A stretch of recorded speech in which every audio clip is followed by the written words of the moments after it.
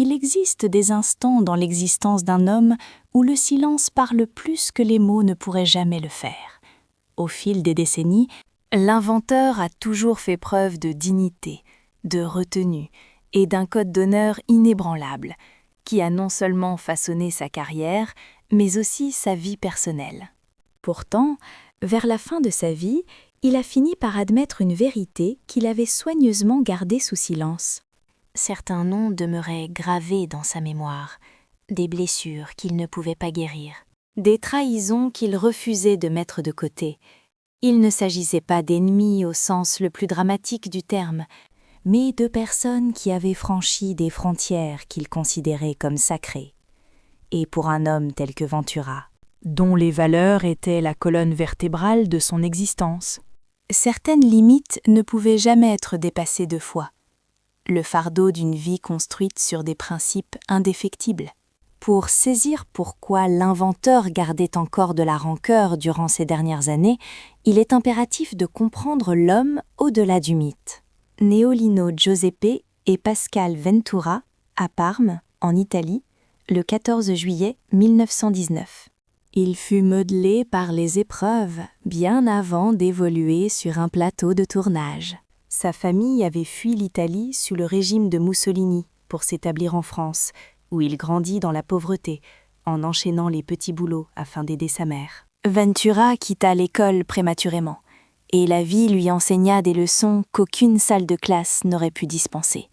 La survie, la loyauté, le respect, et avant tout, un sens de la dignité qu'il défendrait jusqu'à son dernier jour. Avant d'entrer dans le monde cinématographique, il fit ses débuts en tant que catcheur professionnel et champion d'Europe. Discipliné, résilient, avec une stature physique impressionnante, mais d'une grande sensibilité. Son introduction au cinéma en 1954 était presque fortuite. Jacques Becker, en quête d'un visage authentique et brut qui puisse capter l'essence, le choisit malgré lui. Ventura se sentit mal préparé, sans formation, presque illégitime, mais le public reconnut en lui une sincérité immédiate. Une franchise, une gravité, une présence dépourvue de tout artifice. Dans les années 1950 à 1960, il devint l'un des piliers du 7e art français, tenant des rôles mémorables dans Le Deuxième Souffle, Les Tontons Flingueurs, Le Clan des Siciliens, Garde à vue et Les Misérables. Il rejeta les rôles qui lui semblaient artificiels, évita les égouts du show-business et condamna l'artificiel, souvent associé à la célébrité. Cependant, sous le respect qu'il inspirait, Ventura portait des blessures intimes que le passage du temps n'avait jamais apaisées. Avec l'avènement de la nouvelle vague, il observa surgir une nouvelle génération de réalisateurs et d'acteurs, brillants, expérimentaux, mais à ses yeux également élitistes et hautains. Les tensions n'étaient pas toujours mises en lumière, mais elles se manifestaient dans les silences, les échanges de regards et les règles tacites d'un milieu en proie à la division. Ventura avait une aversion profonde pour l'arrogance, la prétention, et pour ceux qui utilisaient l'art comme un masque dissimulant leur soif de pouvoir. Sa vie personnelle, quant à elle, était ancrée dans une dévotion inébranlable. Il épousa Odette en 1942 et resta fidèle à sa famille, même au milieu de périodes émotionnellement tumultueuses, y compris une liaison secrète de 10 ans qu'il n'assuma jamais pleinement d'un point de vue moral.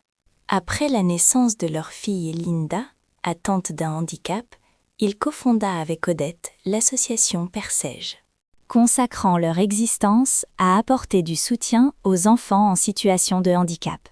Ventura n'utilisait jamais la bienfaisance pour attirer l'attention sur lui. Pour lui, la compassion était un devoir moral et non un spectacle à exhiber. Cependant, même un homme aussi marqué par la réserve avait ses limites.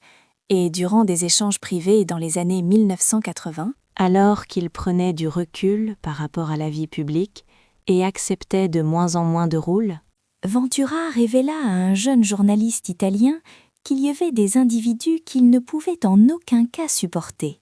Ni sur un plateau de tournage, ni dans sa vie quotidienne. Il ne dévoila aucun nom ce jour-là. Mais ses proches connaissaient la réalité. Il y avait 5 personnes envers qui il ne ferait jamais preuve de pardon. Jean-Paul Belmondo. La rencontre de 2 univers. Parmi les 5 noms que l'inventaire gardait en mémoire, celui de Jean-Paul Belmondo occupait une place particulièrement singulière, non par ressentiment, mais parce que leur interaction symbolisait la rencontre de 2 mondes qui n'auraient jamais dû s'entrelacer. Leur collaboration dans Classe to Risque en 1960 reste un moment emblématique du cinéma français. Cependant, dans l'ombre, cette expérience laissa à Ventura une décision discrète mais ferme. Une seule fois était suffisante. Au moment du tournage, Ventura avait 41 ans.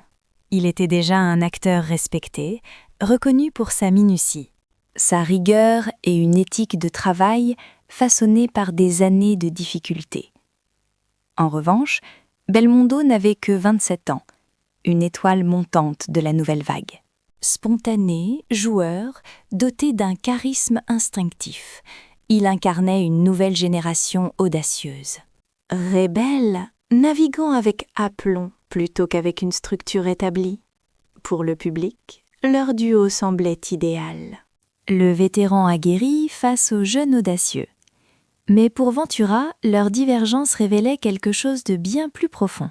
Concernant l'évolution du cinéma, sur le plateau, des tensions émergeaient silencieusement. Belmondo était réputé pour sa décontraction, arrivant sur le plateau avec une énergie débordante, plaisant entre les prises, improvisant parfois ses dialogues. Cette approche heurtait frontalement la discipline presque militaire de Ventura. Pour ce dernier, chaque instant avait de l'importance, et la préparation était un signe de respect envers le métier, mais également envers toute l'équipe. En privé, un assistant réalisateur se souvient que Ventura murmura « Il joue comme il respire ».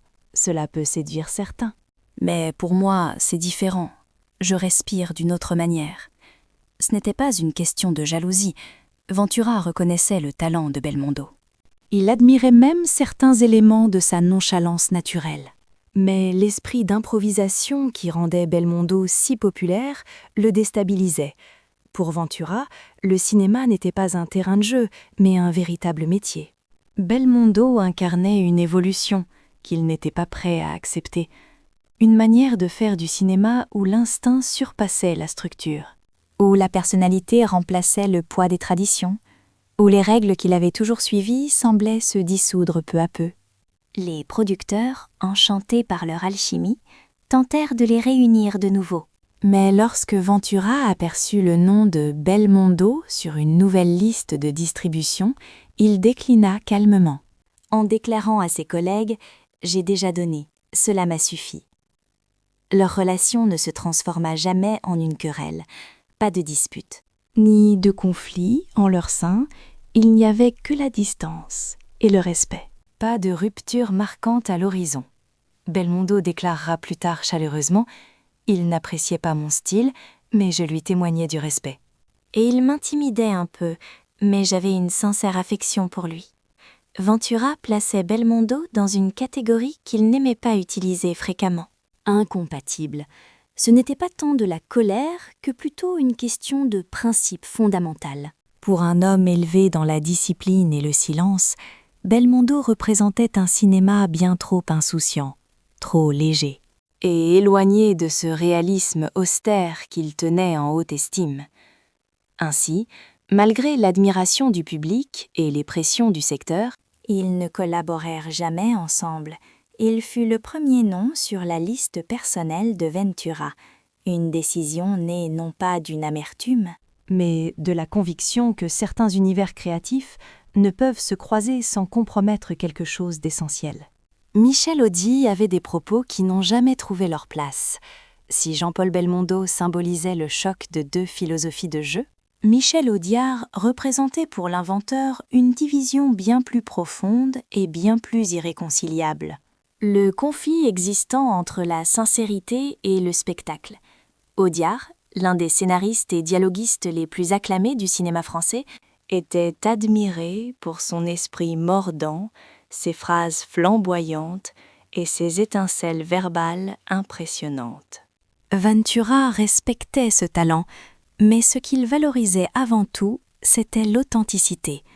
Pour lui, le génie d'Audy paraissait souvent trop poli, trop théâtral, trop conscient de lui-même. Bien que leur chemin se soit croisé à de nombreuses occasions durant les années 60 et 70, lors de dîners de l'industrie, auditions ou lecture de scénarios, la collaboration tant attendue que tous imaginaient entre eux ne se matérialisa jamais. Les producteurs rêvaient de coupler la présence imposante de Ventura aux répliques cultes d'Audy, espérant créer une sorte d'alchimie cinématographique. Cependant, Ventura rejetait chaque tentative, et ses raisons n'étaient pas personnelles. Elles découlaient d'une incompatibilité fondamentale dans leur perception du cinéma.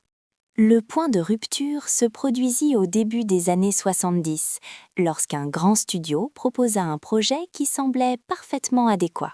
Un polar noir situé dans le Paris nocturne, avec Audy à l'écriture et Ventura pressenti pour le rôle principal. Audy fournit un premier jet qui enthousiasma les producteurs, regorgeant de dialogues percutants, de réponses acérées et de rythmes linguistiques finement orchestrés. Ventura le lut 2 fois, referma le script et déclina l'offre. Son explication était claire, presque clinique. « C'est trop bien écrit. J'entends l'auteur derrière chaque réplique. Moi, j'ai besoin d'entendre l'homme et non l'écrivain. » Pour Ventura, le dialogue ne représentait pas un ornement superflu. C'était l'instrument pour atteindre une profondeur émotionnelle authentique. Une bonne scène devait respirer à travers les silences, les gestes, les lourdes pauses, et non à travers des tirades destinées à impressionner.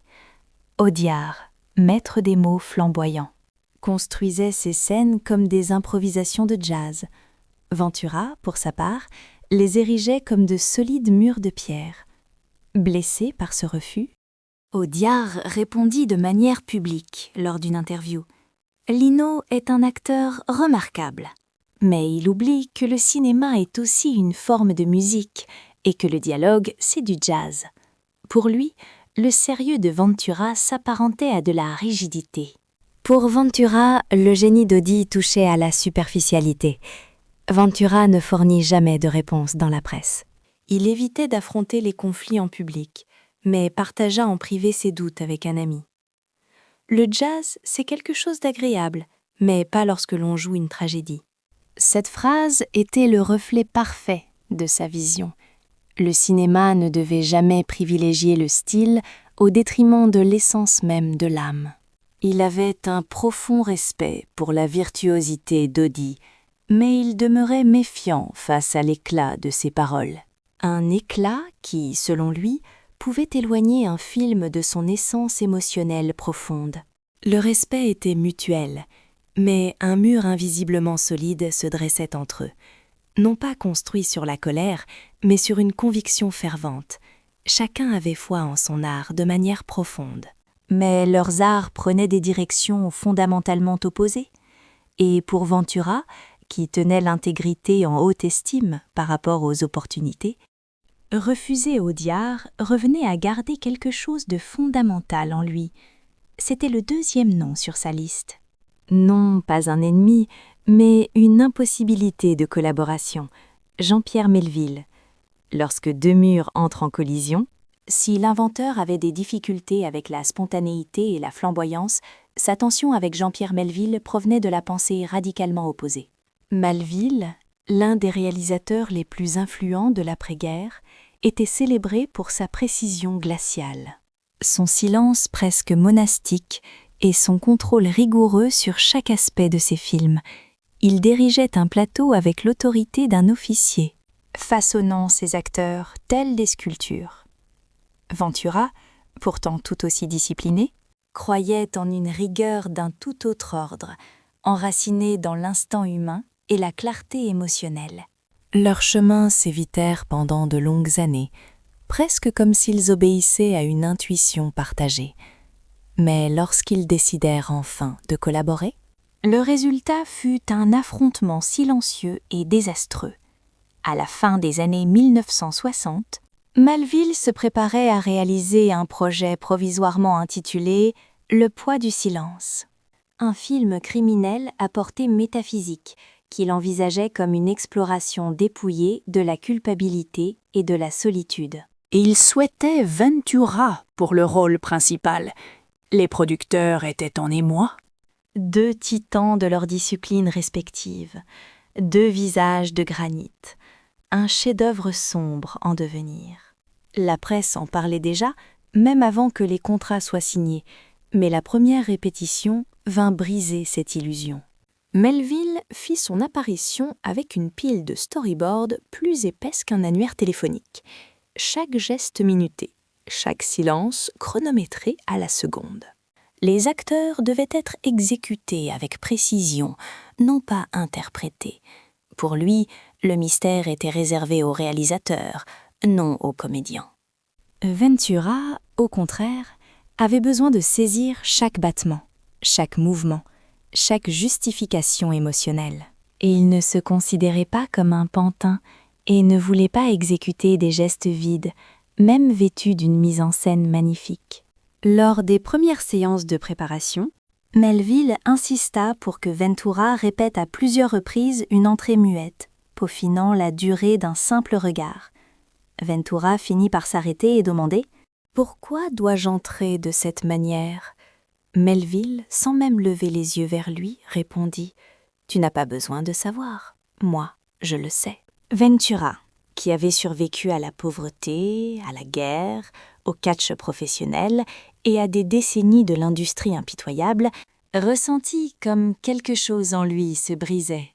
Après une autre séance éprouvante, Melville les confronta directement. « Tu ne comprends pas le silence ?» Ventura répondit avec calme.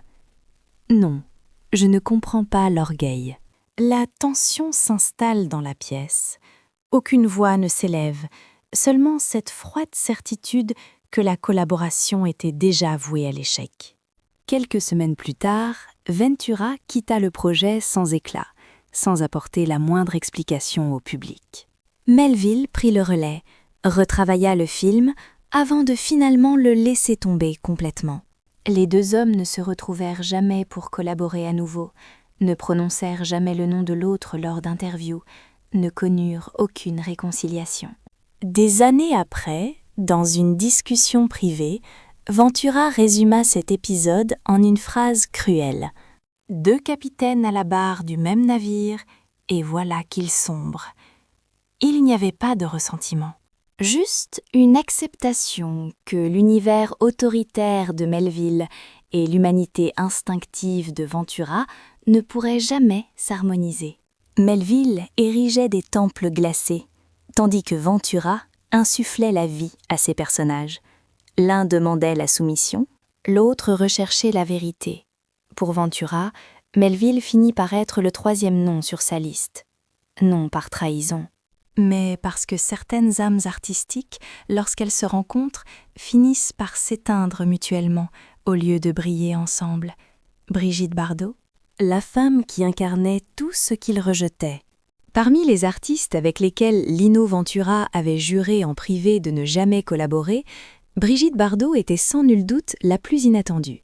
Ils n'ont jamais partagé la même scène, jamais répété une seule action, jamais même tenté un essai ensemble. Leur éloignement ne provenait pas d'un conflit personnel, mais d'une divergence plus profonde. Pour Ventura, Bardot représentait un mode de production cinématographique qu'il considérait comme destructeur pour l'art qu'il chérissait. Leur histoire débuta au début des années 60, à une époque où Bardot était au sommet de sa renommée mondiale. Elle constituait un véritable séisme culturel, un phénomène qui dépassait de loin les frontières du cinéma français. Les caméras étaient constamment braquées sur elle. Les tabloïds s'acharnaient à publier des articles à son sujet. Les foules s'entassaient chaque fois qu'elle faisait son apparition. Ventura, qui avait en aversion la publicité, les tapis rouges et le cirque qui entouraient le cinéma, trouvait son monde suffocant et dépourvu de sens. Leur unique et première interaction significative se déroula au Festival de Cannes. Ventura y était présent pour soutenir le film d'un ami, intitulé Contre-jour.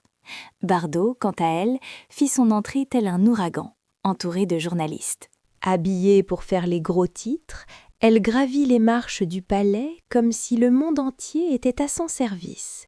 Un journaliste à côté de Ventura murmura « Quelle icône !» Ventura répliqua avec calme « Peut-être, mais ce n'est pas une actrice. » Sa voix ne portait aucune malice, juste une profonde fatigue face à tout ce spectacle. Les producteurs s'approchaient fréquemment de lui avec des scénarios les mettant en duo.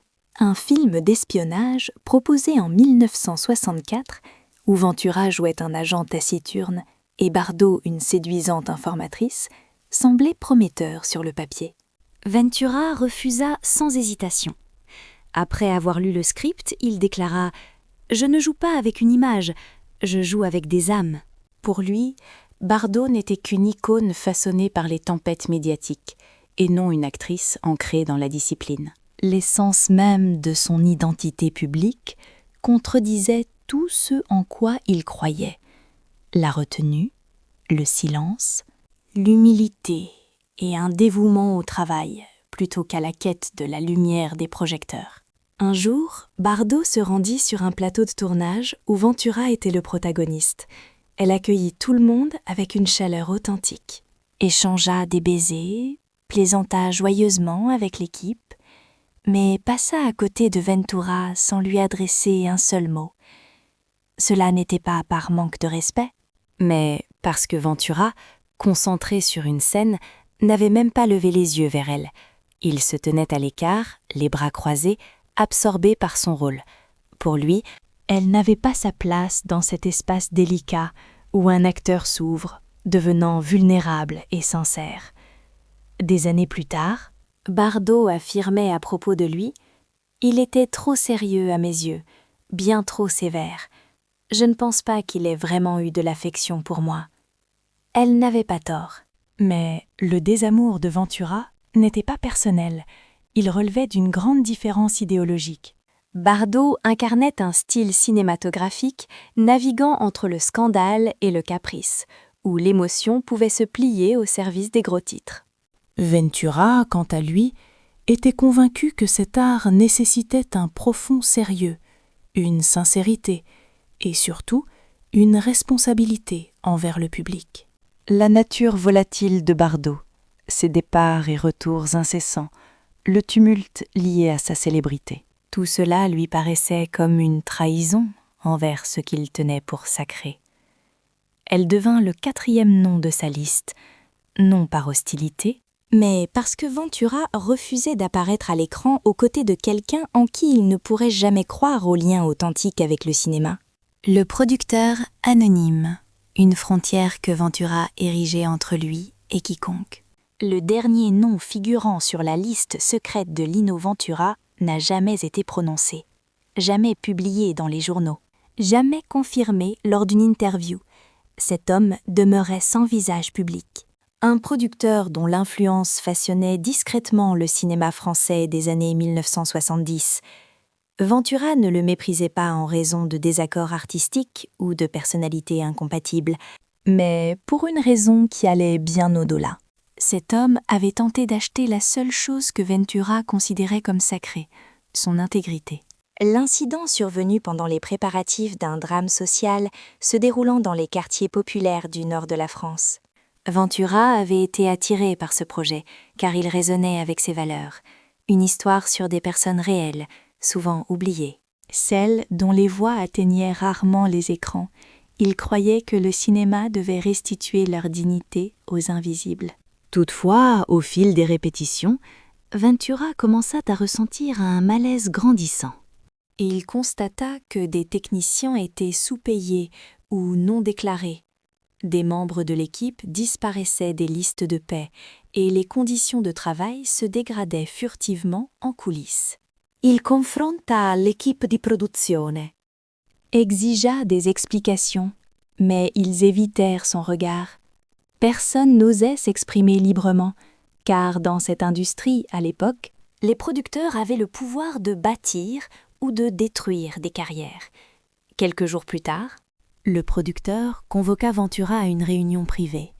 Un bureau à la faible lumière, une bouteille de whisky, des sourires calculés. Il fit glisser une enveloppe sur le bureau et murmura « Lino, tu n'as rien vu, sois coopératif. » Nous pouvons sauver le film si tu acceptes de nous aider.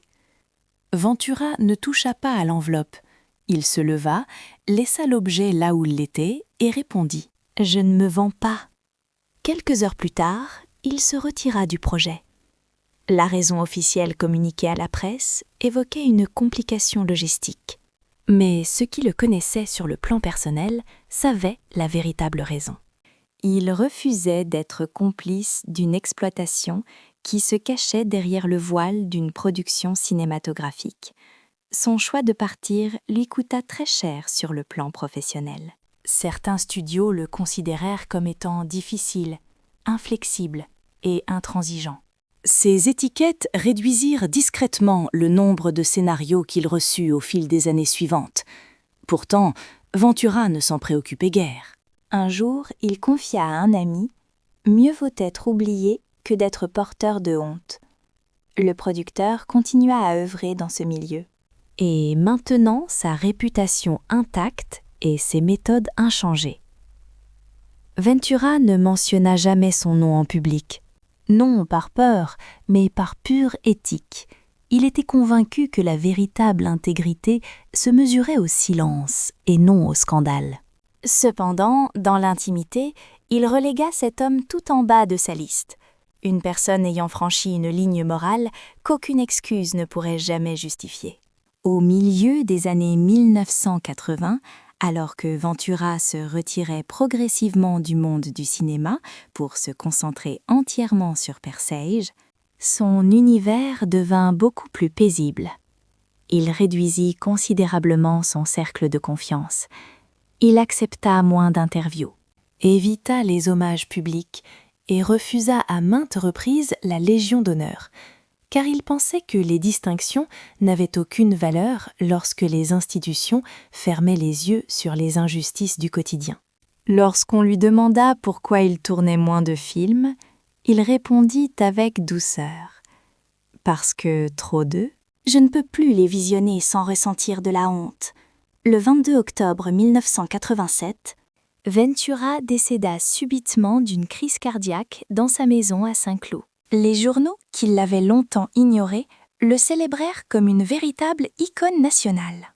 Cependant, ceux qui le connaissaient vraiment se souvenaient de quelque chose de bien plus intime.